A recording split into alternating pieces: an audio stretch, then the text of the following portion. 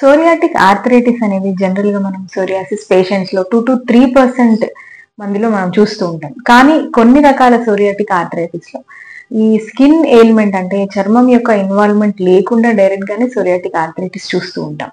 ఇట్లాంటి psoriatic arthritis ని గుర్తుపట్టడం చాలా కష్టం మరియు దాని యొక్క కాంప్లికేషన్స్ ని ప్రివెంట్ చేయడం కూడా చాలా కష్టం.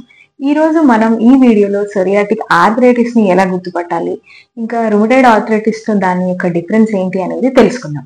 నేను మీ doctor Kanchan Lakshmi, KR herbs Ayurveda clinic, Panjagutta. Psoriatic arthritis చూడ్డానికి అచ్చం రుమటైడ్ ఆర్థరైటిస్ లాగా ఉంది. So joint stiffness, pain, swelling ఇవన్నీ ఉంటూ శరీరంలో ఏ పార్ట్ నైనా ఎఫెక్ట్ చేస్తూ ఉంటుంది.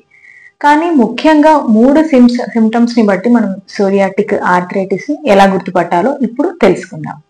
మొదటిది చూసుకున్నట్టయితే గనక జాయింట్స్ లో అంటే ఫింగర్స్ అండ్ టోస్ లో పెయిన్ రావడం, లైక్ పెయిన్, స్వెల్లింగ్ ఎక్కువగా ఉండడము.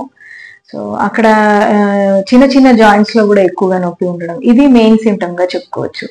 రెండవది చూసుకున్నట్టయితే ఫుట్ పెయిన్, అంటే మన యొక్క అరిపాదాలలో ఎక్కడైతే టెండాన్స్, లిగమెంట్స్ కలిసి ఉంటాయో అక్కడ ఎక్కువగా పెయిన్ రావడము, ఇది ఇంకొక సిమ్టమ్ గా చెప్పుకోవచ్చు.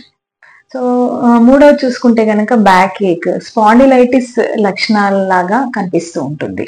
సో ఇది ఒక మనం లక్షణంగా చెప్పుకోవచ్చు. ఇంకొకటి చూసుకున్నట్టయితే లైక్ మెయిన్ గా చెప్పుకోవాల్సింది నెయిల్ ఇన్వాల్వ్మెంట్, గోళ్ళ యొక్క ఇన్వాల్వ్మెంట్ మనం సోరియాటిక్ ఆర్థరైటిస్ లో ఎక్కువగా చూస్తూ ఉంటాము. సో గోళ్ళ మీద చిన్న చిన్న రంధ్రాల్లాగా, డాట్స్ లాగా కనిపించడము, ఆ గోల్డ్ అనేది చర్మం నుంచి విడిపోవడము. సో ఈ నెయిల్ ఇన్వాల్వ్మెంట్ అనేది చూస్తూ ఉంటాం. దీన్ని మనం నెయిల్ సోరియాసిస్ గా కూడా చెప్పడం జరుగుతూ ఉంటుంది. సో ఎప్పుడైతే ఈ సోరియాసిస్ ఎక్కువగా ముదురుతుందో, సో ఇది చిన్న చిన్న జాయింట్స్ అన్నిటినీ ఎఫెక్ట్ చేస్తూ, సో టోటల్ బాడీ యొక్క డిస్ట్రక్షన్ అంటే కనుక మనకు జాయింట్ యొక్క డిస్ట్రక్షన్ ఏర్పడి మొత్తము డిఫార్మిటీ లాగా అయిపోయే అవకాశం ఉంటుంది. దీన్ని మనం సోరియాటిక్ ముటిలైన్స్ అని కూడా అంటూ ఉంటాం, లేదంటే ఆర్థరైటిక్ ముటిలైన్స్ అని కూడా అంటూ ఉంటాము. సో ఈ సోరియాసిస్ లక్షణాలను బట్టి మనం సోరియాటిక్ ఆర్థరైటిస్ ని ఎలా ఉంటుందో గుర్తుపట్టి దీన్ని సరైన సమయంలో చికిత్స తీసుకోగలిగితే గనక మిగతా ఆర్థరైటిస్ లాగా కాకుండా దీన్ని మనం ఖచ్చితంగా అదుపు చేయవచ్చు.